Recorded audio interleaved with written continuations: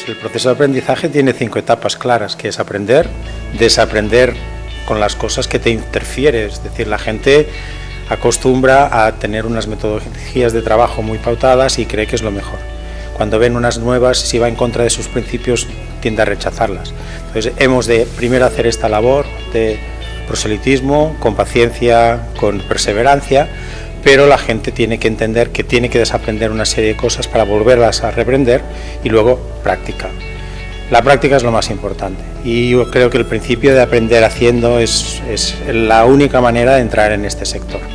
Lo que pasa es que nos dedicamos a vender soluciones finales, grandes cambios, y lo que hay que fijar son metas. Y por eso el objeto fundamental de este congreso es dar unos primeros pasos para poder ir hacia adelante en este cambio, tanto de cultura como de manera de trabajar. Bueno, BIM es una filosofía y es una cultura de trabajo. Lean es una metodología, con lo cual es un proceso de soporte a esta implantación de metodología. ¿Dónde se encuentran? En la colaboración. Las dos tienen como base de partida la colaboración y la búsqueda del valor del grupo de trabajo, no de cada una de las partes, que eso es realmente colaborar.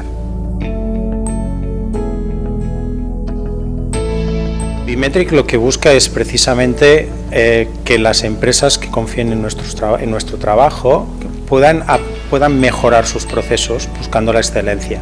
Entonces eso requiere, pues, primero, entender cómo trabaja la empresa para luego poder dar soluciones a los distintos problemas que tienen. Con lo cual lo que nos estamos enfocando es a buscar aportar valor para el cliente en cualquier caso, que sus procesos mejoren, que aprendan de sus procesos y sobre todo que apliquen tecnologías pero no disruptivas, sino que hagan cambios incrementales y de manera que se pueda ir consiguiendo este cambio, que es un largo proceso. Porque con la experiencia que tenemos, en cualquier obra que has conseguido que la gente se siente implicada, funciona mucho mejor. Los resultados son mucho mejores para todos. La mejor obra es la que gana todo el mundo, con lo cual la única manera de ganar todos es colaborando.